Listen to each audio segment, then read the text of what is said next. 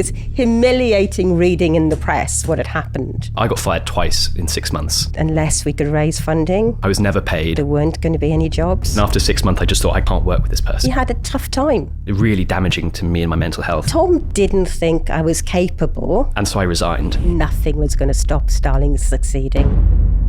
People don't start banks, and if they do start a bank, they are probably a billionaire.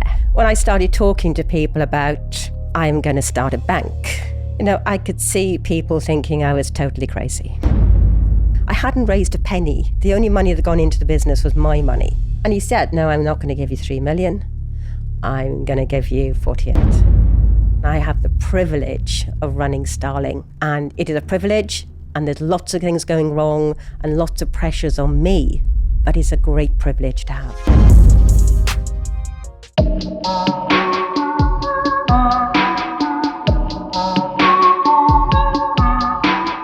If you've been listening to this podcast for a while, you would have heard the episode I did with Tom Blomfield. He was the former CEO and founder of Monzo Bank, one of the big fintech disruptor banks here in the UK. And during that episode, he also tells us the story of his time at Starling Bank, the rival bank that he co-founded with Boden. And that episode is dramatic. It should be a movie. They talk about their fallout. In the episode, Tom claims that Anne fired 16 members of staff in the same day. So in this episode, Anne wanted to come in to tell her side of the story, but also to tell her story. And it's an incredible story. It's an inspiring story. It's a story that doesn't quite make sense in the fact that she's achieved so much in an industry where she was an underdog at an age when she also admits she is an underdog, confronting stereotypes that make her an underdog. And despite the odds being stacked against her, she's built a multi-billion-dollar bank here in the UK. It really is a crazy story, one that I believe one day will be a Netflix show. Think about that. 2 people came together to take on the banking world. They came together and founded a bank called Starling Bank. They had this major blow up. They separated and starts again, and they both build incredibly successful multi-billion-dollar banks individually. It is one hell of a story. It twists, it turns, and it inspires you. So without further ado, I'm Stephen Bartlett, and this is the Diary of a CEO. I hope nobody's listening, but if you are, then please keep this to yourself.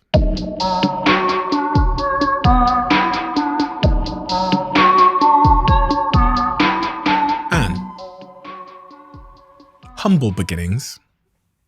Do you think that's an accurate phrase to describe the start of your life? Yeah, it was humble. My father worked in the steelworks. My father came home from work with newspapers under his arm, all greasy from, sort of doing hard work. My mum worked in the local department store, and we were happy. Brothers and sisters? No, only child. My parents married late. My father came back from the Second World War, found his dream wife, and they had a really, really happy marriage. And school life? I went to the local comprehensive school. It's a very, very new school. I was brought up in my grandmother's house, my parents, my grandmother, in an older house on the edge of a big, big council estate. And in the middle of this huge council estate, they'd built this new comprehensive school. And it was not a very good school. It was very new. I was one of the first children to go to university. And to be honest, there was a bit of a stigma from coming from that area and that school. And you were smart, right? Because I know you went on to do computer science, and I know people that do computer science are smart asses. So you're definitely smart, right? Yeah. I think I did most of my studying myself. The school couldn't do a lot to help, to be honest. When I had my O-levels, I think everybody was quite shocked by how well I'd done. But I did most of my studying by, buying my own textbooks and reading myself. And the house wasn't an academic home. My father left school at 14, my mother at 15. There were no books at home except holiday brochures. We lived to go on holiday. We were a very, very happy family. We had a touring caravan and we went all over Europe. But it was very unusual for a daughter of that home to be interested in studying. Why? Why I was studying or why it was unusual? Why was it unusual for... Yeah, I think my parents didn't push me. My parents were very liberal. All the kids of the neighbourhood sort of hung out in our house. It was a very happy home. We were very, very fortunate to have just probably a little bit more money than everybody living around us. But there was no emphasis on education. That was something I did.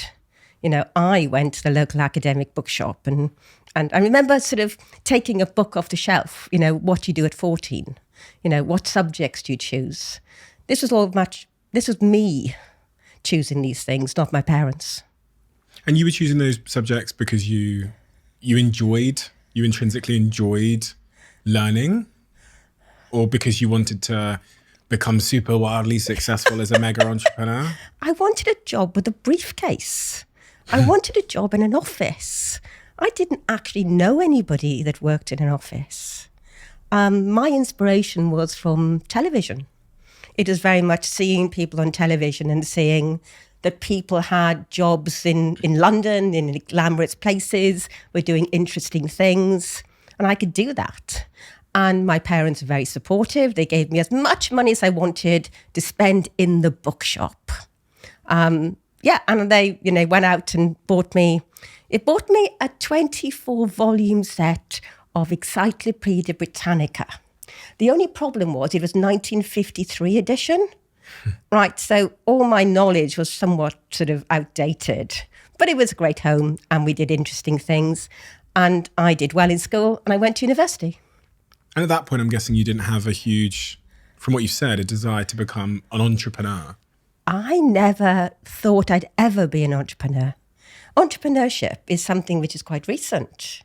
Coming out of school, it was very much, I wanted a job that was scientific or interesting, where I actually wanted to be a scientist. I actually wanted to be doing something with chemistry and computers, whatever. And my mum said to me, you're going to try for one normal job, apply for a job in a bank. And I did.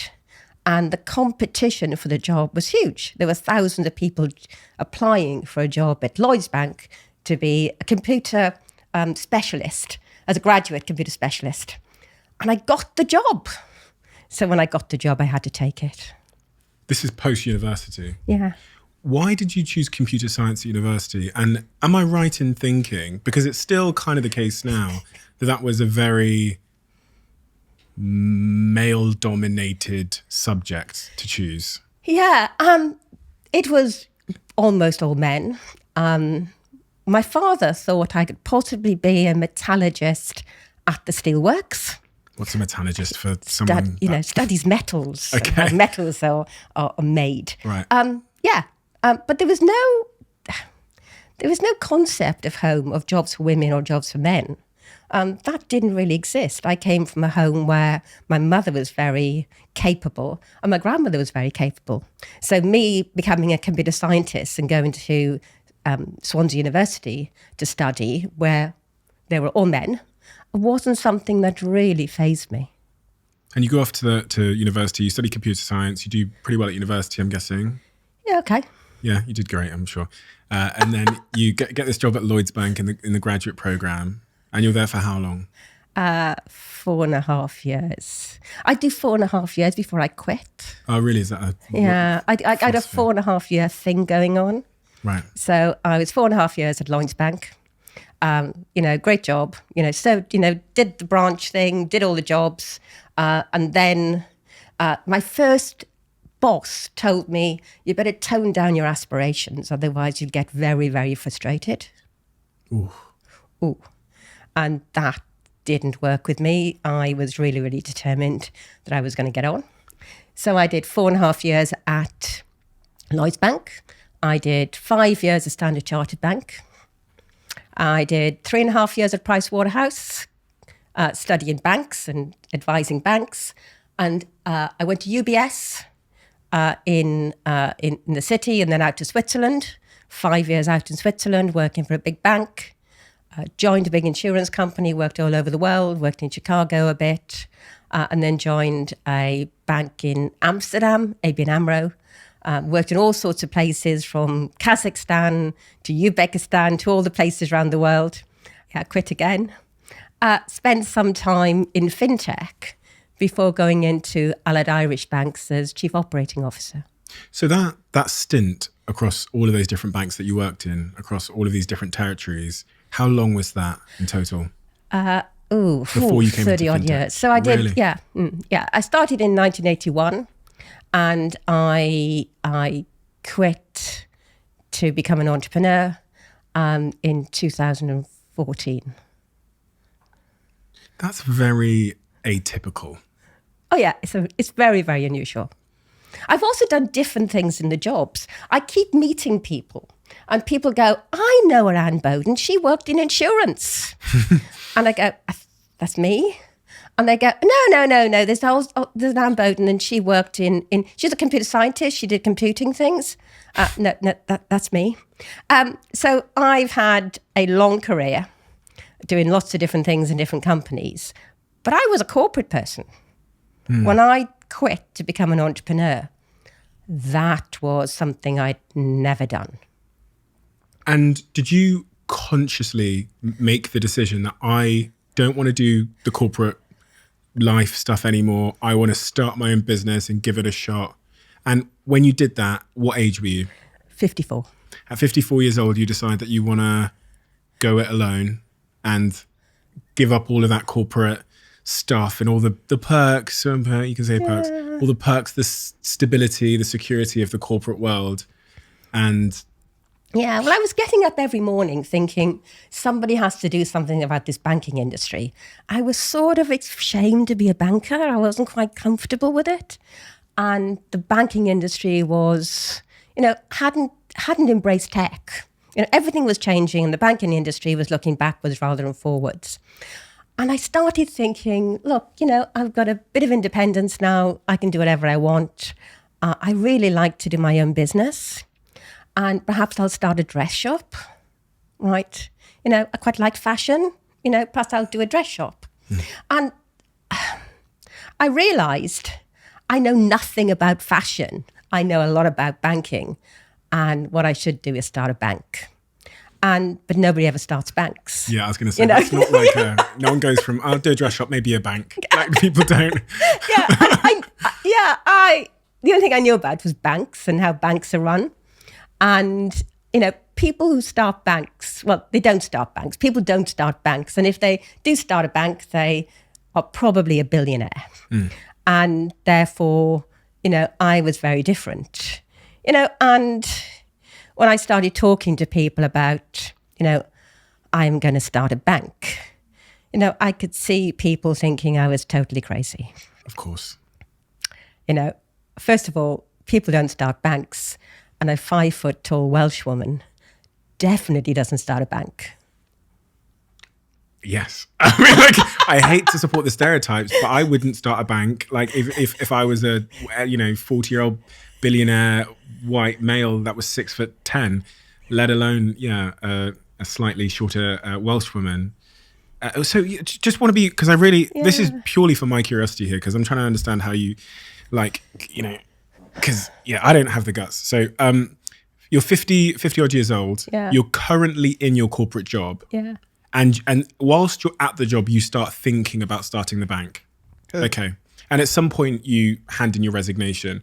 At what point did you hand in the resignation? Was it while you were still in the job and the bank had started moving, or did you leave and then start putting in the foundations? No, I decided very quickly. I left, and within weeks, I was working on the new proposition.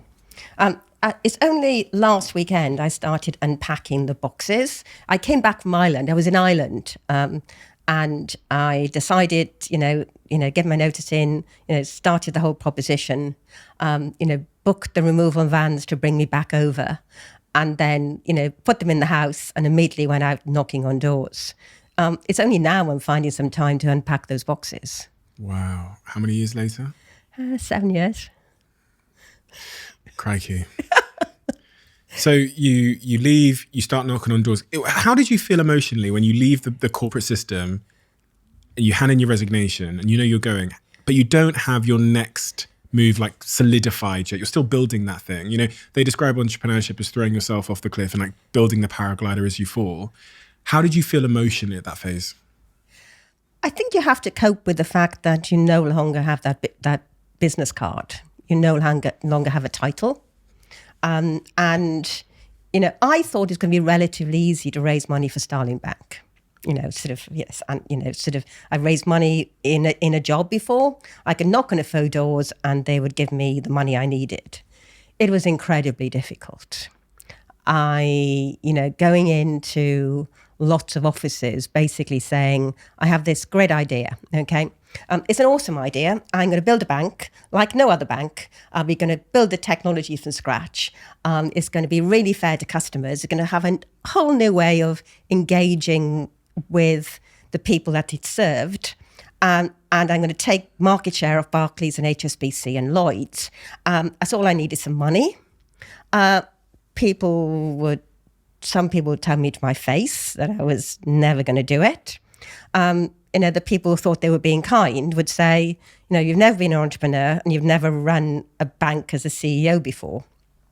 And those two things are things you can't, raise money for.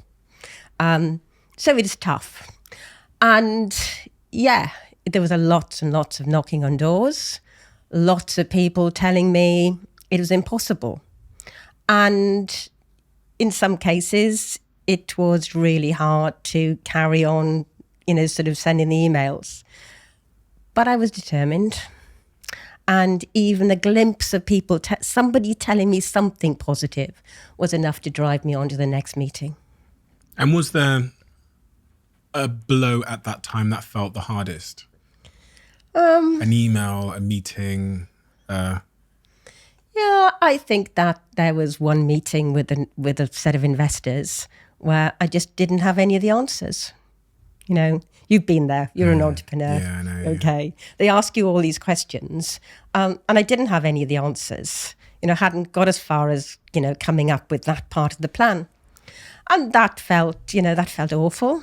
But you pick yourself up and you figure out how you're going to find the answers, and you find the answers by asking people for help. You ask people for help that are in the industry. You ask people for help that you've worked with in the past. There's a stereotype that people that build technology are from Silicon Valley. They're like young white men, that probably went to Harvard or something like that. Yeah.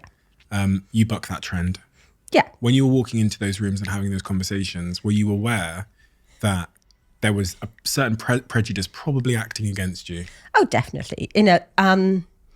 People assume that I'm not technical. People assume that I'm not, capable of coding. There's code running in big banks today that I wrote. People assume that you have to be from Silicon Valley. You have to be in your 20s or your 30s and look and sound a certain way to build a tech company. You don't look like me or sound like me. But I was determined to build a tech company. And that was very, very hard for people to appreciate. What was the driving force that spurred you on, regardless of the resistance that you clearly encountered then? What was it that made you, I'm going to keep going. I'm going to carry on knocking? I think that at that time, I was talking to venture capitalists and investors about this concept of a new bank. Yeah, it is possible to build a new bank. It is possible to be a bank that actually has a lower cost base, has a different way of relating to customers. It is possible to do this. And I kept hearing those same statements replayed in different ways to different routes.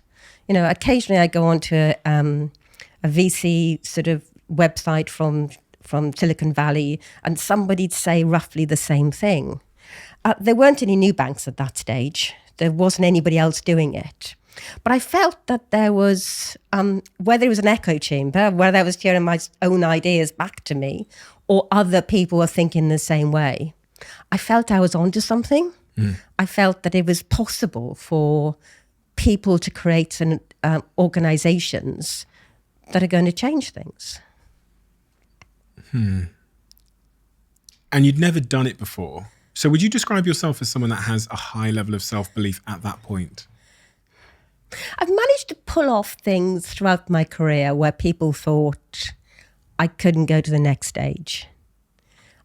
Throughout my career, people have looked at me and thought, yeah, okay, she'll probably get one promotion.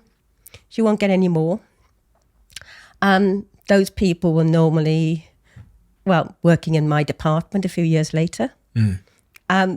So I've always managed to go one step beyond, or a couple of steps beyond what people expected. When I started this venture, I was surrounded by people who knew how this new world worked. They knew how venture capital worked. They knew how you behaved, how you talked, how you pitched your ideas. I had to learn that. And I was, as a woman, and as somebody who'd come from the corporate world, I was not used to overselling my ideas. One of the things about Starling's whole journey is that we tend to over-deliver because deep down, you tend to underplay your ideas or underplay your success. And therefore, Starling's consistently over-delivered and surprised people over the years. Is that a typical, stereotypical, or typical feminine quality? This idea of because people talk a lot about the reason why, some of the reason why women in business struggle to get promotions is they're less likely to equate and oversell themselves and demand promotions in the same way that men do. So I'm wondering that that conservatism and that over-delivering but not over-promising is something that's quite typical of women. Yeah, I think it's a very, very difficult balance. If you come over as arrogant, if you come over as demanding, you're not likable. If you're too soft and underplay what you have or what you're doing, you're too soft, you can't get it right. But I had to learn how to sell the ideas, and it took years. It's interesting. I don't like to dwell too much on gender differences, but I think I'm asking that question as well because I remember a VC friend of mine, and also a guy called, I think it was Chamath, but a guy called Chamath, who's one of the big investors, and he says that the female-founded businesses in his portfolio always have, Kevin O'Leary as well from Shark Tank, he said the same thing. He said his female founders under-promise and over-deliver consistently. And he said, when I looked at all of my portfolio companies, I think he's got 40 or 50, the female-led businesses were outperforming significantly because they were under-promising and over-delivering. There's a big announcement that's just come out today, in fact. If you're listening to this, it would have been about 2 weeks ago. Huel have now released their new flavors, and thankfully, I can now talk about them. They've released a flavor which I think might now be my best flavor. Everybody's been asking for the caffeinated version of Huel. They've released an iced coffee caramel flavor, which is amazing. I've tried that. They've released a salted caramel flavor. If you know me, you know that's my favorite flavor in the world. But surprisingly, the flavor which I think might be my new favorite is the cinnamon swirl. I know it sounds strange, right? I never would have asked for that, but the truth of life is that sometimes the things you didn't know you wanted are the things you needed the most. And for me, Huel cinnamon swirl flavor, I think is my favorite flavor now. Very random, but try it. Delicious. Honestly delicious. And nutritionally complete. Win, win, win, win, win, win, win. So hiring those first few people, Starling Bank, what was that process like? And really sort of laying the foundations of that business? Well, it was all about sort of phoning up people I knew explaining what I was going to do and the idea, and really working with every organisation I knew, trying to get favours. The traditional venture capital route wasn't open to me. Actually going to VCs and saying, can I raise 50,000, 100,000, 300,000?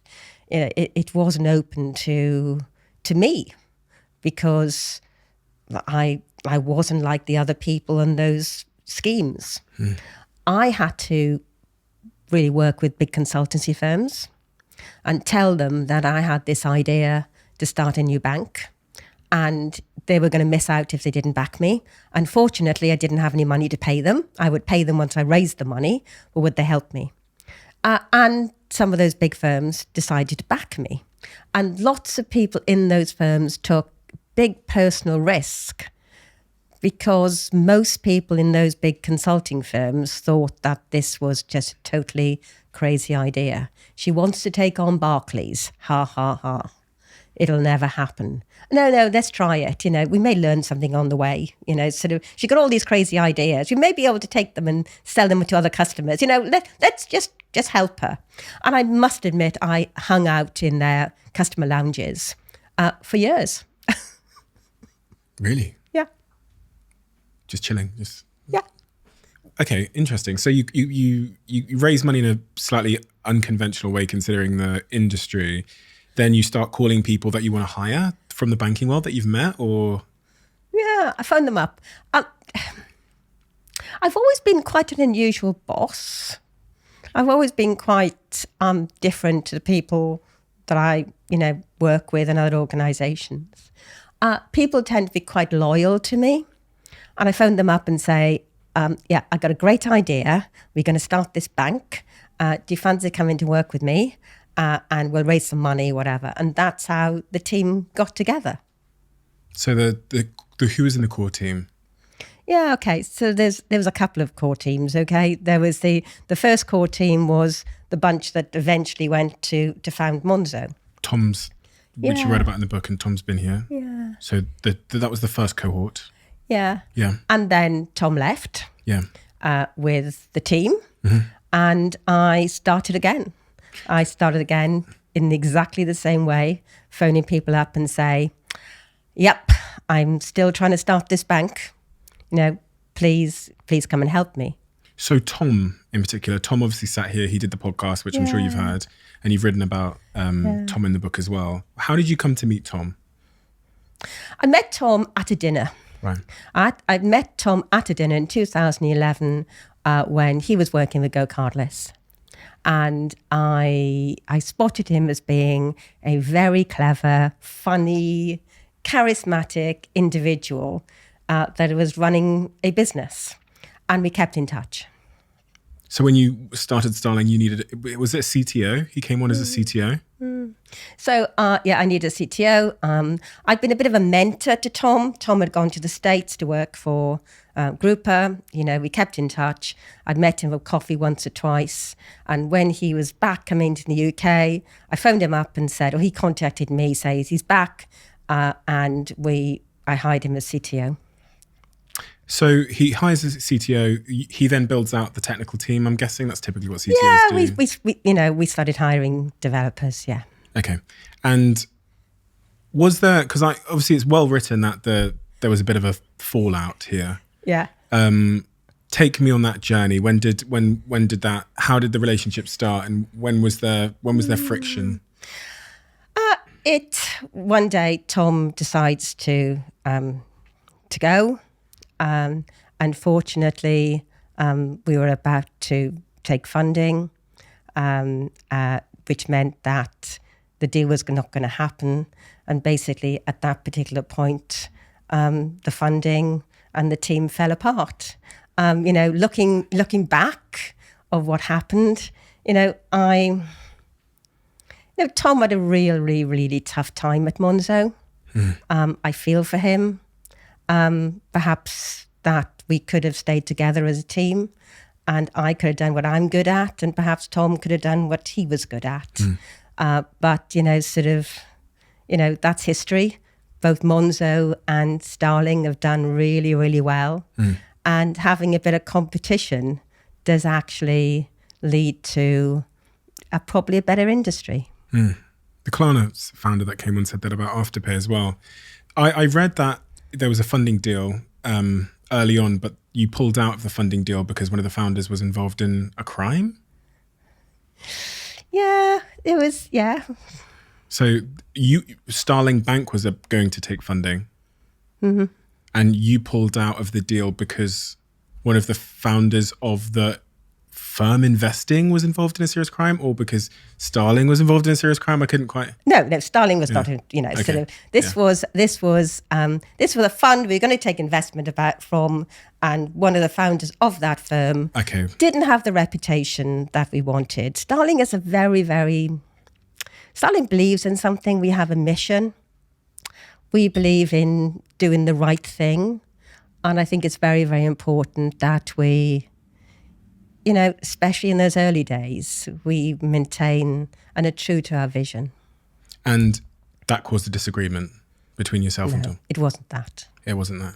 There was a culture clash around a corny video, I heard, that was being produced.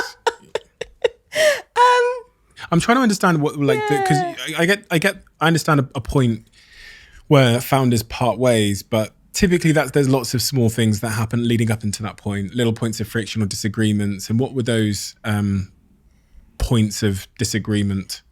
I think Tom and I have much more in common than people think. Tom and I often sit on panels now, right? So it's a panel of 4. And, and they go, great idea. We'll have Starling and Monzo on the panel, and we'll have 2 traditional banks in the middle, Barclays and Lloyds, whatever. And there's lots of questions. And somebody asks the question, and there's going to be 2 answers. There's going to be one set of answers from Tom and myself, who tend to have the same view on things, and then a different answer from the incumbent banks. And sometimes I can see, I look across the panel, catch sort of Tom's eye, and I answer or he answers. There's lots more we have in common, and it's a real pity it ended the way it did. There are lots of places in the book where I talk about, Tom's intellect and Tom's energy. It's a real pity it ended the way it did. There came a day where you turned to Tom and you knew there was something wrong, and you say to him, Tom, is there? You don't seem happy about something here, and he responds that he's sick of your knee-jerk behaviour. How did that feel? What was he referring to when he says sick of your knee-jerk behaviour? I think that businesses are very, very stressful. I think Tom, is an individual that sometimes has tough times. And, every single conversation between founders on the wrong day about the wrong thing could possibly lead to that sort of breakup. But, wow, what a story, eh? How would you describe the differences in your personalities? Because it seems like that's probably at the heart of the clash. I don't think different personalities lead to clashes. Interesting. I think that people who have different personalities working together can create great businesses. I think Tom, went on, to sort of lead a great group at Monzo. And, and I've listened to the show where he talked to you, and he had a tough time. When you heard that, how did you feel about the way that the events were recounted? Be honest with me. I want to know the truth. Yeah, it's a very, very difficult question to answer. I chose Tom as a CTO. I still believe he is an extremely talented individual, and he has, grown a great business. Of course, Starling is a better business, but isn't it great that what happened. The story of, it's two individuals come across each other. They meet, sort of one decides to start a bank, hires the other person. There's a falling out.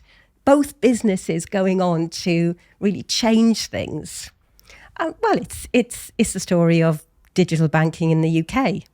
I keep wondering if that story never happened, would we've all got so much, sort of inches in the press, to be honest. It was quite a story. But how did you feel when you heard the way that he recounted the events? You're listening to it, it's coming through your ears and you're thinking... It's the first time I'd heard it, but I knew that story was being retold in places where I couldn't hear it. But I'm quite philosophical about this. We all see the world and a story in different ways. And it's another piece in the story of the Starling Monzo journey. And at this time when you and Tom are having a fallout within Starling, and you've realised, I guess, that you have different ideas and perspectives about how things should be done and where they should be going. You hold a crisis meeting, you come together. I guess you have those meetings, I guess, because you're trying to discuss a way to a positive outcome. I think at some point you realise that there's not going to be a positive outcome and one of you is going to have to leave. And then you offer up your resignation. Yeah. So you offered to quit Starling Bank. Mm-hmm. Yeah. And that's, you've talked about, how women act differently to men. I was prepared to give up Starling. I was prepared to give up my part in Starling for the good of Starling. And that was a very stupid thing to do. Why? Because it was my business. It was my idea. I'd got the business to where it was, but I was volunteering to give up my role in Starling because I wanted Starling to succeed. Tom, I think, didn't think I was capable. Somebody that, like me, that has spent so many years in corporate life, that I wasn't capable of delivering and building a big tech company. And I built a big tech company. So he didn't have that faith in me, but I realised that I could do it and made it happen. Specifically in those days, you decide that you're going to step away for the greater good of the business. Mm. Admirable thing to do, some would say. It appears that it's one of the decisions you regret in hindsight, getting to that place. I was just gauging by your reaction then, it seems like it's something where you look back and think, why did I? Yeah, I should never have volunteered to resign. I should never have volunteered to go.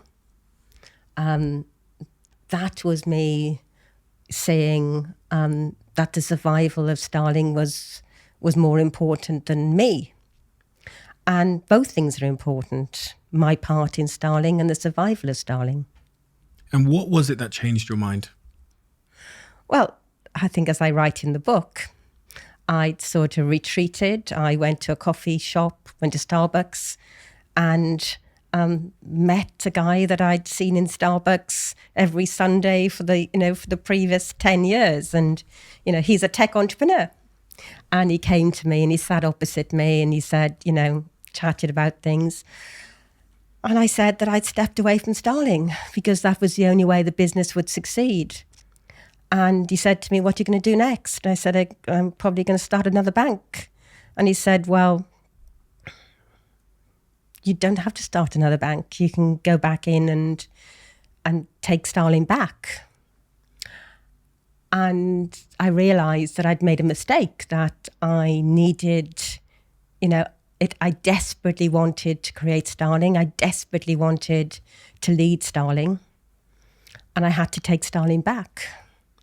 And I literally ran out of the coffee shop, and I can see the street in front of me now. And I got into the car, drove into London, and took Starling back. And what did that mean, taking it back? It meant that I had to be, I had to talk to people and say that I had a vision of creating something which is an organisation that does things in a right sort of way. I'd been a banker for 30 odd years and I was ashamed to be a banker. And this idea of Starling was to do things my way.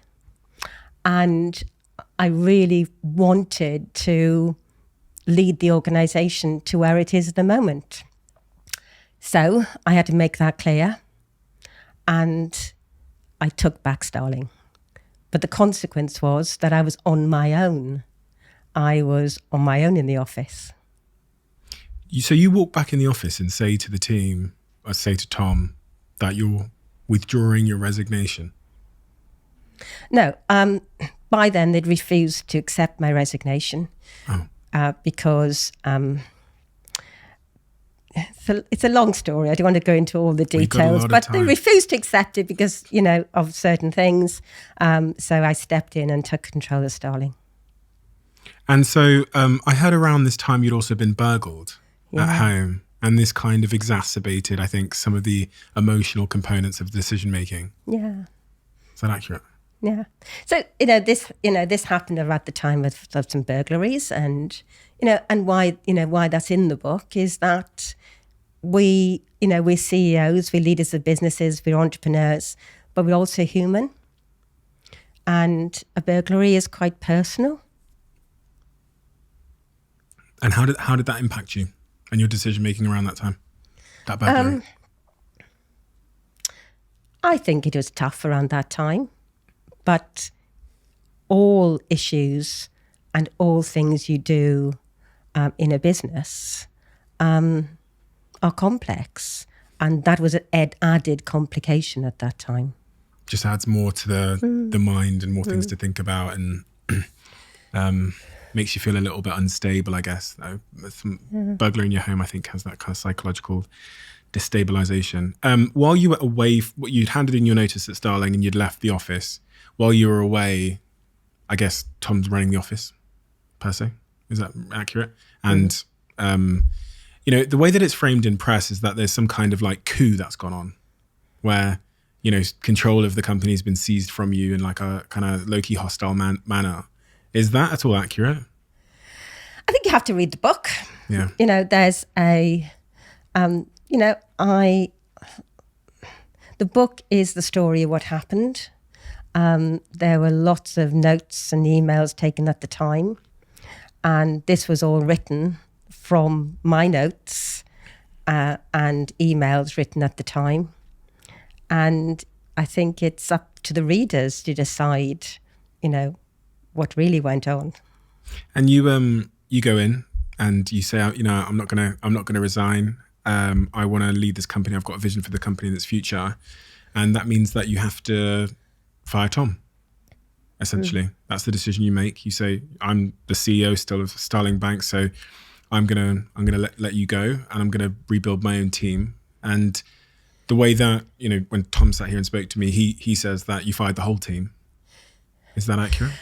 Okay. The story is that we lost the funding. If you can't pay people, it's very unfair to let them work. We were very, very honest with the people that unless we could raise funding, there weren't going to be any jobs. And I think it's documented extremely well in the book about all the ins and outs, and it's quite a story. And so you lose funding because Tom's quitting. And obviously, when people invest in companies, they're investing in teams and peoples, and CTO is a critical role, the person that's building the technology. So that's why the funding goes through. And you realize at this point, I've got to basically build this thing back from scratch. I'm guessing you had an inclination that there was a greater allegiance towards Tom with the existing cohort of people. No, not really. No. Okay. It was more just you basically weren't going to be able to pay for them because the funding had been pulled.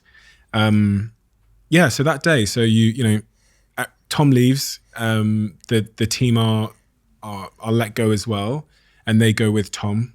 And, that starts the story of Monzo. And as he's described it, they start their own bank, and that's what we now call as Monzo. That day after you walk into the office, so I'm guessing, I don't know whether it's a physical office or a metaphorical one, but you walk in, you're alone, pretty much. Is there anyone else in the room? Is there anyone else in Starling as an employee at this point? That's me. Just you. And how did that feel, going from, the climb, we're building something here, to ground zero? I'm very good at picking myself up. Sort of at that particular point, I was feeling, well, I haven't got the responsibility now of having to raise money to pay these people. I can take my time now to find a new investor, or I can build a new team. And it didn't take long before I was, there's a gentleman called Alan Chandler. Friend of yours? Yeah, who turned up 2 days later and at your office. And stayed working for no salary at all for nearly a year. What had you built at that point, in terms of, on the day when Tom and the new Monzo crowd had left? What had you actually achieved as a company? What was there? Technology? Was there? No, nothing from the technology side had been really done. We had a banking application. So when you apply for a bank, you have to have a banking application, and it was in boxes. So we had a banking application. We didn't really have much tech. Okay, so your friend comes in. He offers to do the P45s for the staff that have just left, and just to sort of give you a hand. And then you start hiring again. Yeah. A lot of people would quit at that point, and a lot of people would give up. That's a pretty significant blow as far as I'm concerned. How many people had left in total? 16. 16 people. That's a pretty significant blow to, might be time to go back to the corporate world, no? Did that not cross your mind? Not really. I got to a state of almost having a banking license. I had the idea. I'd learnt a lot. I knew what we needed to do. It didn't take me long, and I was starting again. You say that like it's so easy, like it's just so effortless, and I know it's not. It was humiliating, okay? It was humiliating reading in the press what had happened, because the story's been told in the press, and the story's been told now, and not actually what happened. But, that's history. You got to get on, and you got to sort things out, and you got to move on. And I was up for it. I was going to do it again. You seem reluctant to correct false stories here. That's clearly a decision you've made. Yeah, I think that what I don't want to get into is he said that, she said this. I've written a book which is a very accurate account of what happened and my side of the story. And people are allowed to have different sides of the same story. That's okay. But I wanted to tell my story. Your friend that stopped by the office, and gave you a hand, how emotionally important was that? And how grateful are you to them? I will be forever, ever grateful to Alan. I think that the one person to come in and be somebody who said, yep, this happened, but you're going to start again. That's fine. And I think one of the symbolic things that happened was that in the early weeks, when they left, Tom and the team had left all their debris behind, and they had a hell of a lot of debris. I went out one day to do some fundraising, and when I came back, Alan had collected all the mugs and the odd socks and all the various medications they were all taking, and it cleared it all up and thrown it all away, and the office was clear of the old world, and we could start again, and that was quite symbolic, and it was. I sometimes think if Alan had not come in, would it have been so easy? And I'll never know. But that was the start of a new team. And, that team, the A team, the team that left were the B team. Well, there she is. Was, we attracted people that were sought out, Starling. This woman is going to build a bank and she's going to do all these things. And they turned up and they were awesome. Okay, so the team have left. Alan's cleaned out the office. Is there not a moment in you where you consider packing it in? Is there not a moment where you think, do you know what, this is... April the 1st. April the 1st. That's when I accidentally had an email from the team that left. And that was difficult. You accidentally had an email? Yeah. You weren't meant to be copied on it? I don't know. I never know whether I was meant to be copied on it or not. But they were making fun of me. And I thought, well, is that the day I'm going to give up? But I said, nope, and I went back in the office the following day and carried on. Making fun of you in terms of your management skills, something you'd done or said, or very personal things? No, it's a question of, you have to read the book about it, but there was a prank about them being arrested. But you have to read the story to understand the nuance. But that was the only day that I thought, can I carry on? And that lasted an hour. But I was absolutely determined. Were you upset reading that email? I was panicking about them. I was worried about them. Why? I was worried about the fact that they could be in real trouble. And yeah, I hired these people. They were friends for years. And I like them. You can't suddenly cut off all connection with people that you worked with, even though this thing had happened to me. Did it put a fire in your belly that wasn't there before? Because, events like that can kind of send you one or two ways. Oh, and they can kind of send you, I guess they can also send you both ways at the same time. But they typically, if we're just kind of broad strokes, they can devastate you to the point where you don't get out of bed. Or they can motivate you to the point that you work 2 times as hard. Nothing was going to stop Starling succeeding after that happened. So it's the work twice as hard. Yeah. And were there moments like where you just put that extra effort in and you became a little bit more determined because of that? Like moments you can think of?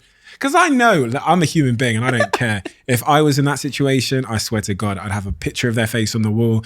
My team would be hearing about it every 5 seconds. That's the guy I am. Like it or not, don't care. I do that about all the competition we have. It motivates me and it is what it is. You don't have to like me. So I'm asking the question, like, did they become a real significant competitive driving force in your life? Okay, as a woman, you can't be bitter. Okay, you can't show that bitterness. Why? You can't. You have to be. You have to internally put your energies into Starling. Starling has succeeded. Starling is a successful business that I'm terribly proud of. And yes, when I take a lot of inspiration from other people's books and whatever, most businesses have had a near-death moment.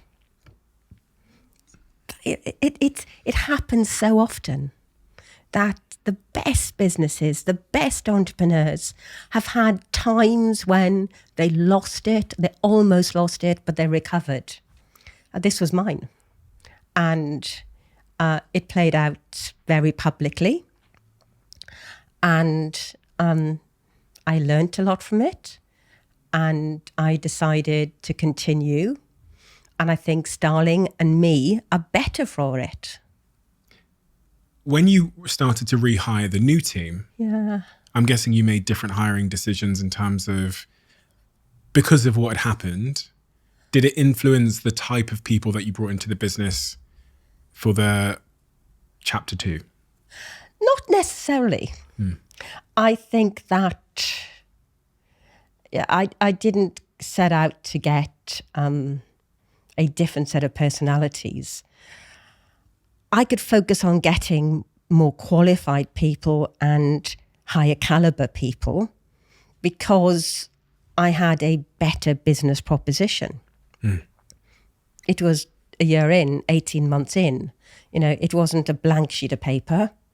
It was a fully formed proposition that had almost raised money, where we had an application for the banking license that was almost fully formed. So it was less risk for those people coming in. And I also had spent 18 months figuring this thing out.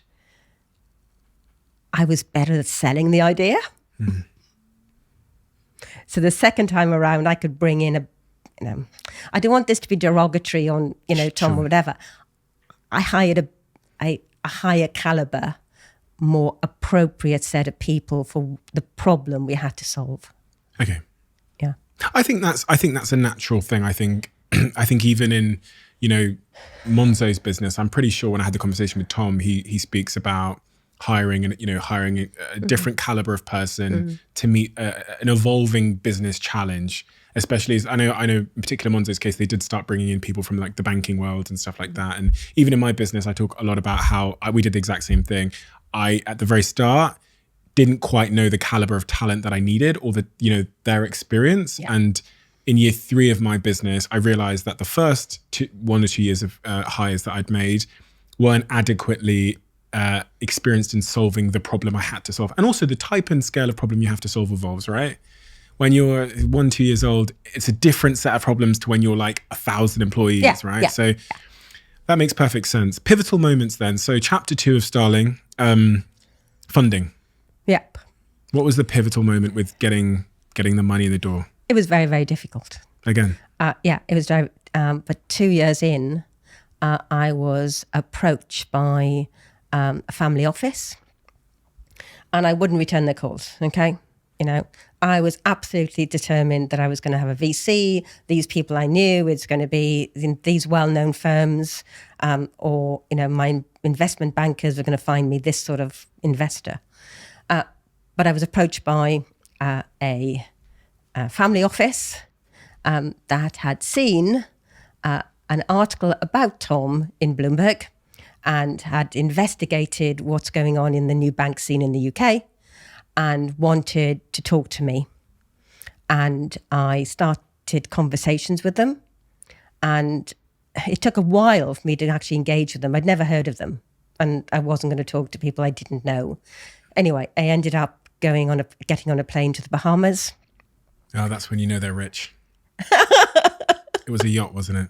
It was a yacht. And spent 3 days being interrogated by a gentleman called Harold McPike, who's an algorithmic trader. And he asked me the most complex questions that anybody'd ever asked. He was really into the detail. And yes, at 4:30, I joined him on his yacht. And How big was this yacht? It's a big yacht. More of a ship. It was a big yacht. Okay. He asked me lots and lots of questions about me, about the business.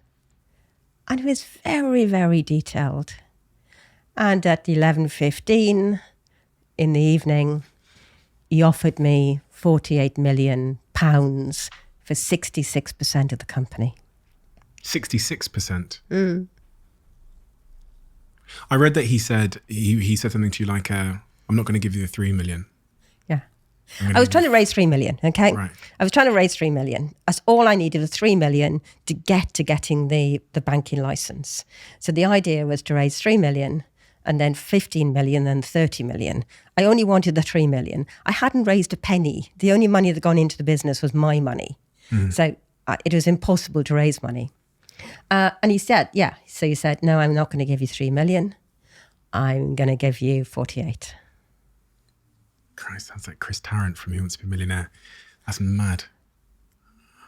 40. And how did you feel? So there's two real things here. That's a huge amount of money, but that's also 66% of your business. Tough. And at that particular point, you know that all the other things that you're working on, all the other leads are gonna go. Yeah. You may have 40, 50 different leads you're working on. You're going to accept this offer and sort of somebody else now controls the company. But with 48 million, you have a situation where you can build the best tech in the world. So, I've been doing this for 2 years and it was really difficult. And I had somebody who really understood what I was going to do, was super intelligent, that actually believed in my conviction I could do this. But I would have to give up 66%. But it would mean that I could build something that nobody else had ever built.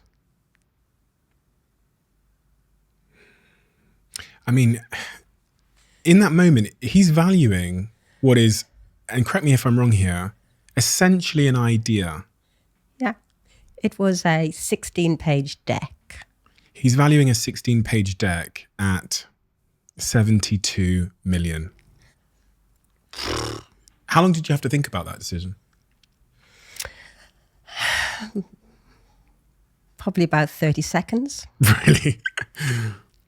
And how do you feel about it? Because a lot of people, they look back on those fundraising decisions. It seems that every startup entrepreneur regrets how they value their business at the start, because they always, especially when it becomes a multi-billion-dollar company, they feel like they sold themselves short. How do you feel about it? He's not listening. He's too busy in the Bahamas on his massive yacht. I think that it is more and more important to actually create this vision. I was so excited that I could now start. And we eventually signed the deal on the 21st of December and submitted the banking license on the 22nd of December. It was finally, we could start. It was hugely exciting. Did you celebrate? Well, I couldn't actually celebrate because we didn't actually have a term sheet for another 3 days. So, it was on the Saturday night. I was flying back and I had the term sheet an hour before picking up the flight. But once you'd signed the term sheet and it was all signed off, did you celebrate? You never celebrate term sheets. You celebrate getting the money in the bank. When the money came in the bank, did you celebrate? Yeah. And how did that look? How did it look? You open up your app, Barclays, whatever. 48 million. Yeah. It was very Back to the exciting. Bahamas. It was very exciting. It was very exciting. And it allows you to do so much. Was it terrifying as well? Was it scary? It's a lot of responsibilities, £48 million of someone else's money. Yeah. And that's why entrepreneurs that take external funding are so committed to do a good job. There's a huge amount of responsibility to deliver. You can't just, you can't walk away from it. Once you got that investment, you have to deliver. It's so important. And how much money have you raised in total now for Starling? 600, 700. 600, 700 million pounds. Wow. I could have done so much with that. So what have you learnt about raising investment? Well, that if you were to, there'll be a lot of entrepreneurs listening to this who have a lot of unhelpful stereotypes or thoughts about raising investment. God, some of them will think the only way to do it is like Dragon's Den, right? What would you tell them now, having gone through this process so many times? Take the money. Okay, so there's a huge amount written about, you need to go for these sort of investors or those sort of investors, and you need to pick your investor, whatever. The vast majority of people can't pick where the investment's coming from. Only 1% of venture capital funding goes to women founders, right? So, if somebody offers you the money, you got to take it because it comes around so rarely. And a lot of people worry about valuation. Not relevant. Most businesses fail. Most entrepreneurs don't get their businesses off the ground, not because they don't have good ideas, not because they're not good people, but they couldn't get the funding. And do you think it's hard to raise money? Yeah, very hard. Venture capitalists tend to invest in businesses that look very, very similar. If you read Paul Graham's works. Oh, yeah. He talks about really that teams need to look like this and things are done in this sort of way. I would have never got any Y Combinator VC Paul Graham funding because I'm not that sort of entrepreneur. And a lot of investing by VCs, they're looking for carbon copies of businesses they've invested in the past. And the really great ideas don't get that investment. And real great ideas from women founders don't get significant investment. Interesting. But there's a lot of money out there, isn't there? Yeah. That's what I've come to learn, is there is a lot of money out there. There's a lot of money out there when you're successful.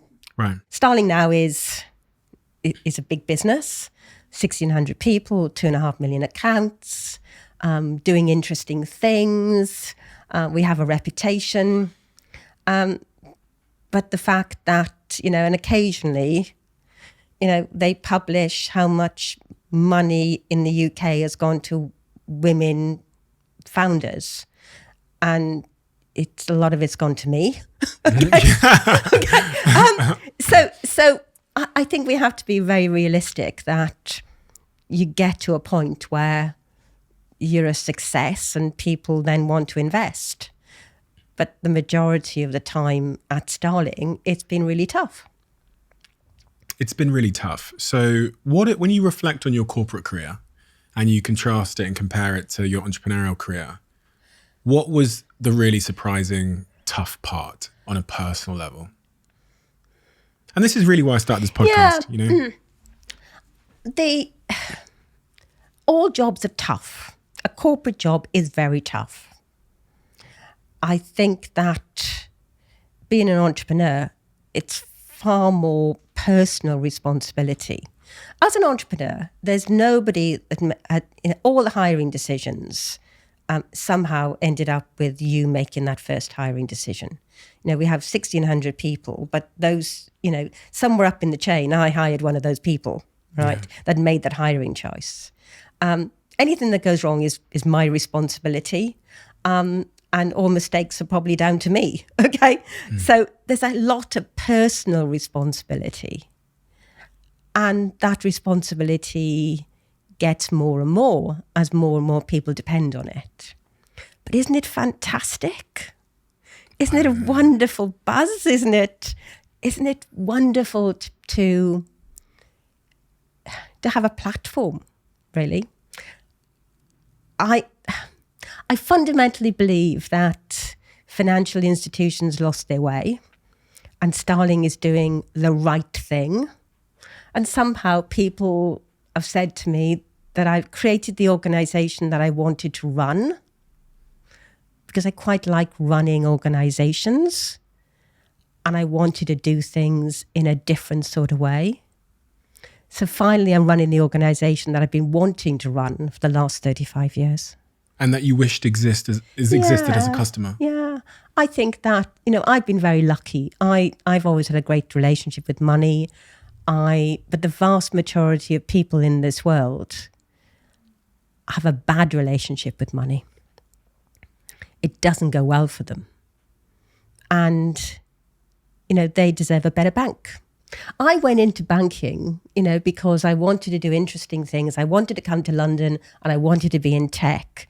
But I also wanted to do something that was respectable, worthwhile, doing the right thing by people.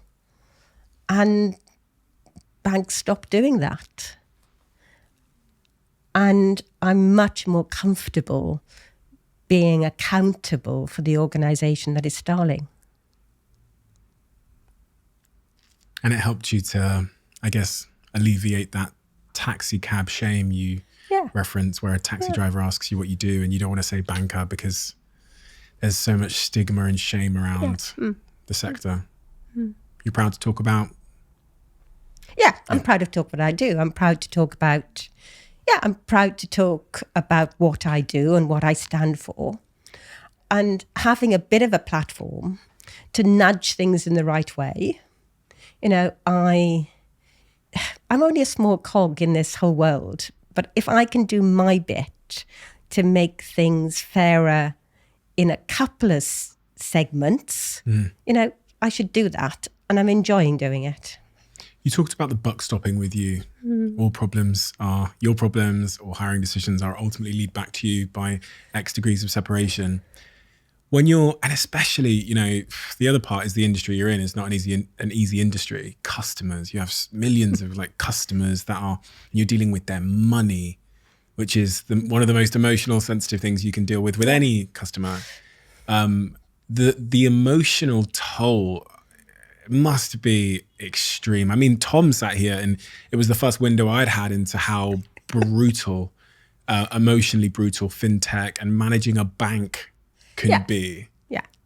Managing a bank, you know, so I listened to what Tom said, and all the things that Tom said happen in all banks, right? That is what happens.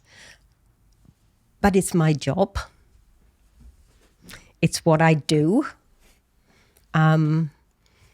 It's what the people I work with do. And sometimes sometimes you read emails of people that have been scammed out of their life savings. You have emails and you have cases where, you know, gamblers have lost all their money. You have to deal with people who have lost their son in some tragic circumstances. We have a window on people's lives in all sorts of circumstances. And we have to be responsible, we have to be empathetic, and we have to guard ourselves from the bad guys out there. What we do means that we touch people in all sorts of ways when they're most vulnerable. Whether they've lost somebody, whether they have, you know, they gambled all their money away, or whether they've been scammed. That's a responsibility. But it's not just me that has to take that responsibility. We have hundreds of people that talk to customers every day, that see customers when things are going well and things are going badly. It takes a huge amount of energy, and sometimes they're listening to calls, and it really impresses me how young people, you know, who are new to their careers, who are so empathetic, are so in touch with real people and really helping them. You know, I take my hat off to them. What do you do to protect yourself mentally from the chaos of running such a big business that has such a, you know, is dealing with such a sensitive topic for people? How do you protect yourself from not losing your sanity? Yeah. I had a great mentor in this, my father. My father was brought up in a home where his father was in the First World War. And he came back from the First World War with what you now call post-traumatic stress syndrome. And they didn't call it that then. They called it, you know, shell shock. And he was brought up in that home where his father had good days and bad days, and things were quite fragile. But my father had a great way of talking about the feelings and emotions and what you do to talk yourself up. And how you make yourself happy. And we had a home where we talked about this and how you counted your blessings. We weren't religious at all, but how you took energy from what's going right rather than what's going wrong. And he was a great mentor. He taught me this. And I think the dedication in my book is all about, you know, thanking my parents for teaching me that happiness is something that you can cultivate and treasure, because not everybody has it. And I think when I am in a sort of situation where things are tough, you can do things to change the chatter in your head, to realise that you're not the centre of attention. Sometimes, it's not about me. Not everybody's looking at me. Everybody's looking at their own life and thinking about their own problems. And I am very, very fortunate. I have a huge number of things that are going right for me. And I have the privilege of running Starling. And it is a privilege, and there's lots of things going wrong and lots of pressures on me. But it's a great privilege to have. So do you see that as your sort of coping mechanism there as almost like a childhood disposition that was taught to you? Like it's a perspective that kind of defaults to optimism, seeing the glass as half full, defaulting to gratitude. That's kind of acted as a protective. Yeah, I think it is. I'm still quite excited by it all. Right, so coming here today, I was excited. Right, this is something which is, look, I am ever so fortunate to be a person who's doing what I'm doing, to talking to you, that's going to be broadcast. This is exciting. When I come back into London, I'm driving back into London late at night, and and I'm going through the city. I'm still excited. I'm like a kid that's coming to London for the first time. This is an exciting thing to do. I'm loving it all.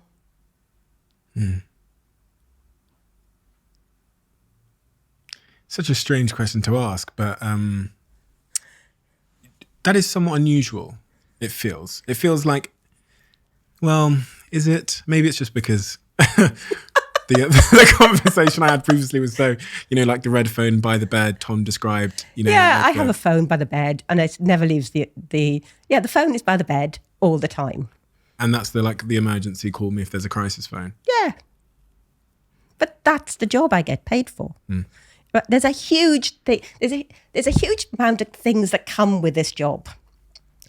I appear in front of the Treasury Select Committee and get grilled. I have this sort of grilling from you. I can talk to interesting people. I have the opportunity of building something I've always wanted. That's a huge, huge privilege. I really think that's a really underestimated defense mechanism against life, is if your default position is to view to count your blessings, as you say, and view the half as glass full, then it's harder to slip into the trap of my expectations are being unmet because of the difficulties of my life. And a lot of what we've discovered from this, talking to guests on this podcast, are when your expectations of how the world is meant to be going go unmet, then you slip away into unhappiness and misery. And yeah, you seem to have a default to gratitude, essentially, which is causing a very mentally sort of protective. Have you ever been to therapy? Have you ever had any professional support in that regard? No. I read a lot. I read hundreds of books. I read every self-help book I get my hands on. I read every single banking strategy book. I've always done it. I love understanding things. The personal. So this is interesting. One of the things that you said, well, kind of 2 points, is that you don't have work-life balance. It's just all work. Yeah. When people hear that, they go, "Oh, they sympathy." They think you're no. I feel a similar way to some degree. Maybe it's changed recently, but that was my life, and I don't want sympathy for it because I actually love what I'm doing every day. But then, I read into your story, and there's sort of connected points there where you say about how women are sort of conditioned in our society to think happiness equals having 17 kids and a husband, and how you would like to do, buck that narrative. Yeah. Can you talk to me about that? So the personal, I don't want to call it sacrifice because that's the loss of something, but the personal balance you have in your life. And also, you talk openly about not having kids. Yeah. Look, the right man never came along. It wasn't something that I decided against.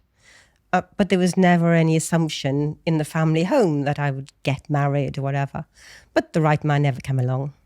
And as far as children, I never made the decision not to have children. Just that sort of I was busy and then it was too late. But I think that people compare to quite an idyllic state of, marriage and 2 children and all living in a wonderful home and, sort of everything being fantasized life of a family. The majority of families are not like that. I am really, really happy that I've made the right decisions. And yes, I get asked about it occasionally, and brave people ask me about it. Yeah. People who are not brave trying to go round it. But one day, perhaps I will marry, you never know. The right man may come along. It's unlikely to happen with children.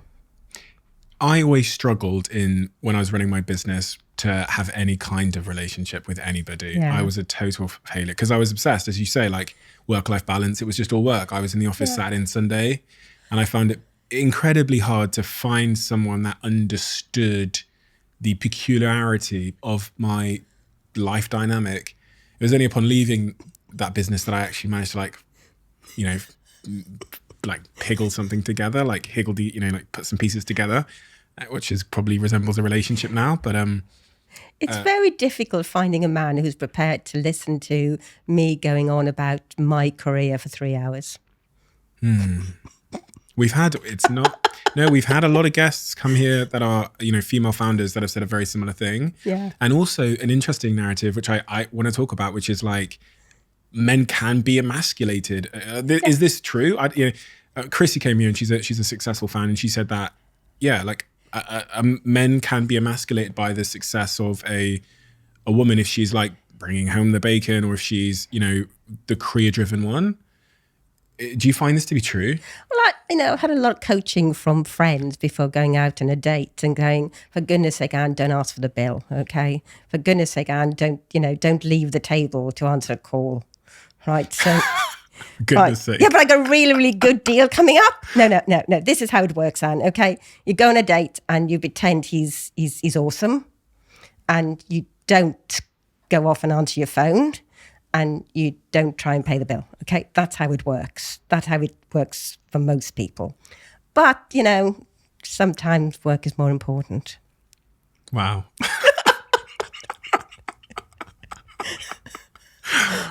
Oh, God. And I read somewhere as well that you said that you could write a separate book about your dating. Yeah. Dating experiences. Yeah, I've done a lot of that, yeah. Done a lot of dating. Doesn't work. Doesn't work. It doesn't work. And you pinpoint the way that you are in terms of your focuses, your ambitions, your, all of that stuff as making it difficult. That's the thing that makes it difficult. Look, if I put a lot of effort into it, I would have probably made something work. The trouble is I put a lot of effort into my job and my career, and I probably get a huge amount of satisfaction with that. And it's sort of taken priority. But that's great. I've got a great job. I'm doing this sort of stuff. Yeah. What could be better? Sort of being in the situation where you can talk about things and you have success. Yeah, it's good. As you reflect back on, the Anne that started her career as an entrepreneur, and the naivety that she must have undoubtedly had going, what was some of the key sort of pieces of advice you would impart on her and say, I just wish you knew this and be careful of this? And I think it's the question that people always give you the wrong sort of advice. What I caution about is that there's a lot of people out there giving bad advice. Because when you ask somebody about what you should do or how you raise fundraising or whatever you do about your business, they haven't got a good idea, so they give you something because they feel as they can't say, I don't know. So be cautious of those mentors that actually don't know anything. And there's so many people who have, the VC world is full of people who are, finished their careers, that are wandering around VC land trying to tell you what things work and how things work. They've never run a business. A lot of that is absolute rubbish and you have to just stop it. One of the biggest lessons I learned is a lot of the things that I knew, what I was absolutely 100% certain of, was actually wrong. Right, so forget about it. The world's move on, be relevant. And do you want to sell Starling Bank? What's the plan? Do you want to, you want to list it on the stock exchange? Do you want an incumbent bank to come along and buy the company so you can sail off to the Bahamas with that guy on the boat? Or no, I think that we'll probably list in a couple of years' time. I wanted to be important. I want Starling to be something that changes financial services forever. I'm enjoying myself. I'm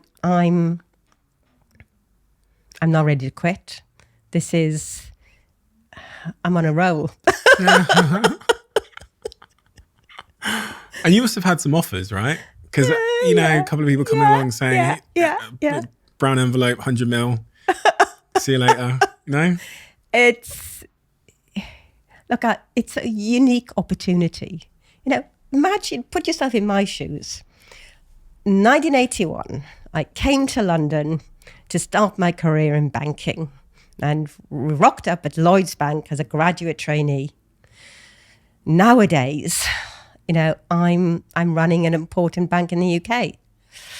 And I founded this bank. And it's much better than the incumbent banks. And it's at the start of its sort of 300 years rather than at the end of it. Yeah, it's incredibly exciting. I have to pinch myself. It's really happening. Yeah, do you know, it's truly remarkable. And you're right, I did give you a grilling there a bit on a lot of the key points, because there is such a interesting banking war narrative going on in the fintech space at the moment. But the overarching thing is just, I find your story to be just so incredible. And I find it to be like genuinely unbelievable, because you say it in such an effortless way. You talk about these events and even the fundraising stuff and, the stereotypes of being a female founder that doesn't fit the existing stereotypes of tech bros out in Silicon Valley that are all like 21 from Harvard and they're all dropouts. And to persevere against it all, I suspect, is significantly, maybe 10x harder than you actually make out. Because I know how hard it is anyway, but then when the deck is stacked against you, and the ways that I know it is, because I understand stereotypes and the climate, and especially in the banking world, like what kind of lunatic starts a bank, right? And I was fortunate enough to be slightly privy to some of the early processes of getting a banking application, because we had a lot of fintech startups, including banks like Monzo, approach us very early and ask us to help with the marketing. Oh, okay. So, and when I was sitting in the rooms maybe 5-6 years ago, they were all talking about eventually getting their banking licenses or something. And that corner was turned eventually, but it's just remarkable and it's unbelievable. And there's very few entrepreneurs in the UK or really anywhere in the world that I've encountered that really managed to take on a really stubborn incumbent as it relates to the banking industry here. Spotify is one of the examples I sometimes think of, because there was no way you could move away the rights and the music rights and move it to digital and then charge people. So that again, I consider Daniel Ek to be a lunatic, but yeah, incredible. Yeah, I consider this to be the same. So yeah, thank you for the inspiration. Thank you for the courage. And I think your story is one of, it's one in 100 million. I do have one request though. Okay. And this is where the diary comes in. Okay. Okay, so what we do with all of our guests when they come on the show is they all write a question in the diary for the next guest. Right. So our last guest wrote a question for you. Do you really understand the purpose of your life here on Earth?